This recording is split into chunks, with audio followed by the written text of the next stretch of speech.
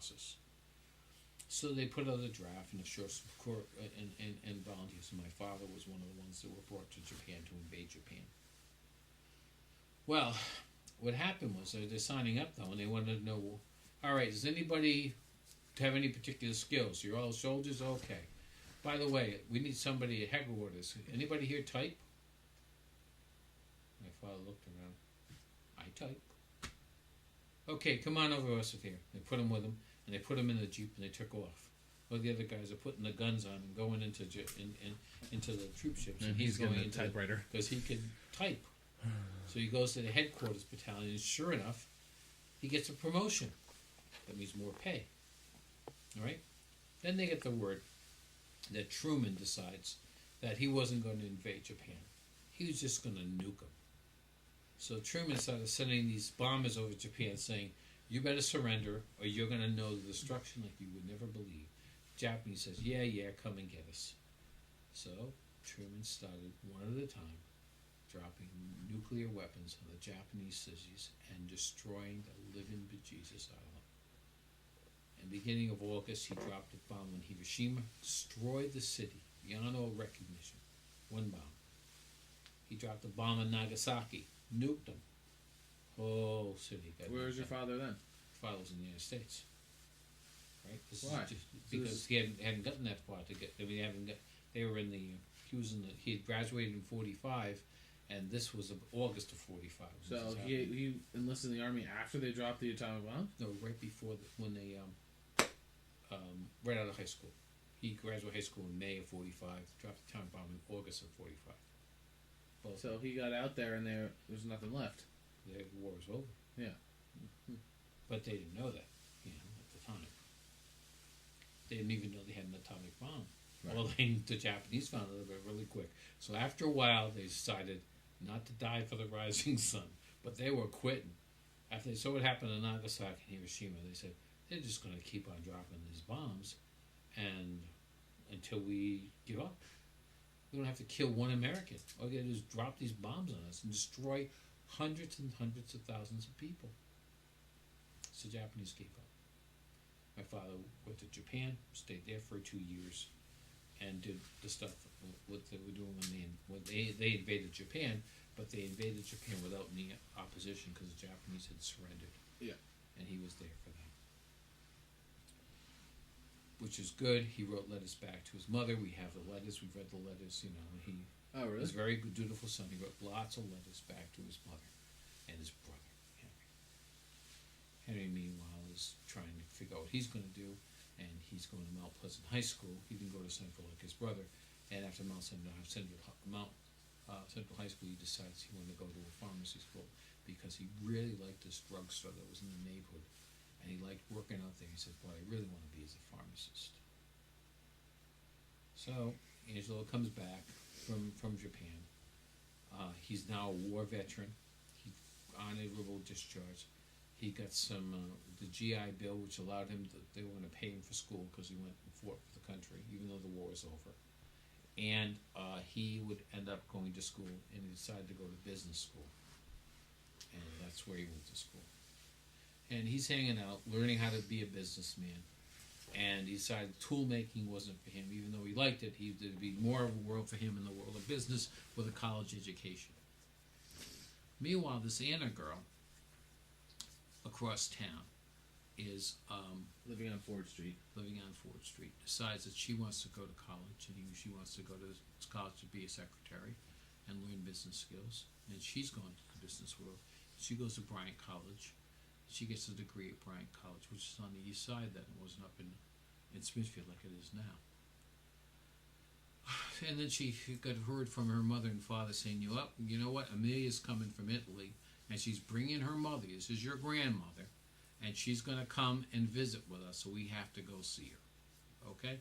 And where's she going to go? She's going to go to Julia's house, because Julia had a spare room, and we're going to go to Julia's and meet with your grandmother and your grandfather who came from Roccamonvina just for a visit. Right? So Anna says, okay, I'm going to go there, and I'll be there with Grandma and Grandma on the other side, the macaroni side of the family. Right? Meanwhile, Etta and wants to go see her girlfriend Julia's mother, who's coming from Italy, and she can't get over there because she doesn't drive. She never did.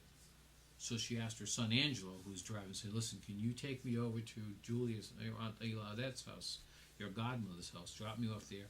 I'm going to meet her mother who came over from Italy." So, okay, Mom, but I got a lot to do, and I'm busy. He said, "But I'll drop you off." So he got her in the car, and they drive over to Federal Hill, and they go to the apartment. Not to Federal Hill, too. What? To Federal Hill. Where Julia, or now we call Laudette, mother was there. Oh, where 95 is now. No, this is the other side. This is the Massaroni side of the family, right? Yeah, map with the names on it. Wait, so what happens? So Tony's mother is in town, and Angelo's mother was her friend because they were what they call comadre. I mean, she was stood up for her baby, and it was respectful for her to go visit her girlfriend's mother because she stood up for her baby. And they get into the apartment, and sure enough, Angelo comes up to pay his respects, and who's sitting there in the apartment with her grandmother, who had come from Italy, is Anna. And Johnny's there too, her cousin, Julia's son. Now, both Anna and Johnny and Angela had known them for a while because Johnny was Anna's cousin, and Johnny was also her mother's friend's son. So they would sit around the apartment, and the three of them, about 20 years old or so, about that age, and they got to meet to each other. And all of a sudden, Angelo doesn't have to go to this thing he had to go to. He's hanging out with this new girl he met in the apartment named Anna. And they're sitting in the apartment with the people from Italy, but they're spending more time talking to each other than they do talking to the people from Italy. And before you know it, Angelo and Anna decide we like each other. And how old are they? Anna's 20 and Bob's 23. 22, 23. And so she asked him, "What's your name?" And he says, "Well, my name is Angelo, but everybody calls me Bob." And they started dating, and before you know it, in 1950, they decided to get married. And to a big celebration, Anna and Bob got married on April 15th, 1950. So now we have brought all four together. We brought the pharmacist's girlfriend and the poet from Avanzano and their daughter Filomena. And we have the people from Italy who used to shuttle back and forth with their kids, finding who's going to be born here and who's not going to be born here, who's going to stay in Italy. And their son Tony, the wheeler and dealer people, with the kid with the red hair, and the name, it sounded pretty Irish when it wasn't. And on the other side we have Frank, who was sent over here by his father because he keeps on sending checks back to Italy to send them money to pay for the farm, and every year he keeps on sending the money, right? And then they have the last one is the Rossies who came over here because they had nothing left at home. They got nobody back at home, and they all came over here and settled in here in two shifts. The Americans weren't too kind to Italians. They actually had the FBI go to Frank's house during the war when his son was about to be over the service, and the FBI went in the house and said, "Listen, we are fighting a war against Mussolini, and you're one of the friends of Mussolini. Remember that, Dr. Frantantuano? Yeah. Well, you're one of the friends of Mussolini, and you're probably an enemy of this country." Papa goes, "What? What are you talking about?" "Yeah. No. I'm an American." "You're American. You're not even a citizen here." "That's because you wouldn't let me." So Papa decided to apply for citizenship again in 1944 because none of his friends are Mussolini. I want to be American. My wife's American. My kids are American. My son's a soldier. I want to be part of the Americans. So he signed up for citizenship again. Tried to get through again. And eventually it did go through this time. Now, what's the story with the doctor? The doctor, things would happen. I'll make you a fast forward. Whatever happened to that doctor? Well, there's lots of stories in between. But in 1975, Angelo's son becomes a doctor. And he comes back to Rhode Island to practice medicine in the Jane Brown Hospital of Rhode Island Hospital. And it's his first night on duty. And they said, well, Dr. Carnevale, you're going to have to go take care of this patient up on the 4th floor. And he's very sick, and he's very miserable. And he's a former doctor. So I go up there, and there's lying in the bed was a Dr. Frantantuano, same doctor who tried to take care of my father when my father was sick back in 1930. Me and my grandfather signed up for the Italian American. And Dr. Frantantuano's sitting there. He's looking at me. And he dies.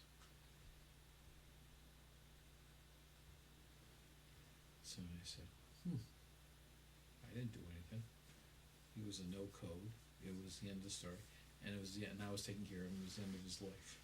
And I never put the stories together because I didn't know the stories that you know about this Dr. Frantantuano making my grandfather sign up for the Benito Mussolini. And as the world goes around, I'm the last person he sees alive in his life. So, is that what you wanted? Do you want to go on? That's good. That's good. I still want to know why Felix ended up here. I understand. I mean, I guess everyone just kind of had friends or family that were here or something, right? That's pretty much how they rolled. They hung around people that they knew here. Yeah. Just like when you go to New York, you bump into a Rhode Islander. You go to college. I hung around from the kids. When I went to college, my friends, the first year I was there, the kids went to class school with me, you know? But there's some good stories, don't you think? I think so. Thank you for telling them. It goes on. A lot's happened to that Anna and Bob since that time. And what happened with their 4 kids. And the stories of their 4 kids. But that's a story for another day. And a story that you're a big part of.